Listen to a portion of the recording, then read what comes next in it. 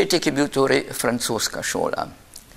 Potem, kot sem omenil, italijanskega pedagoga, koreografa, je bila to italijanska šola.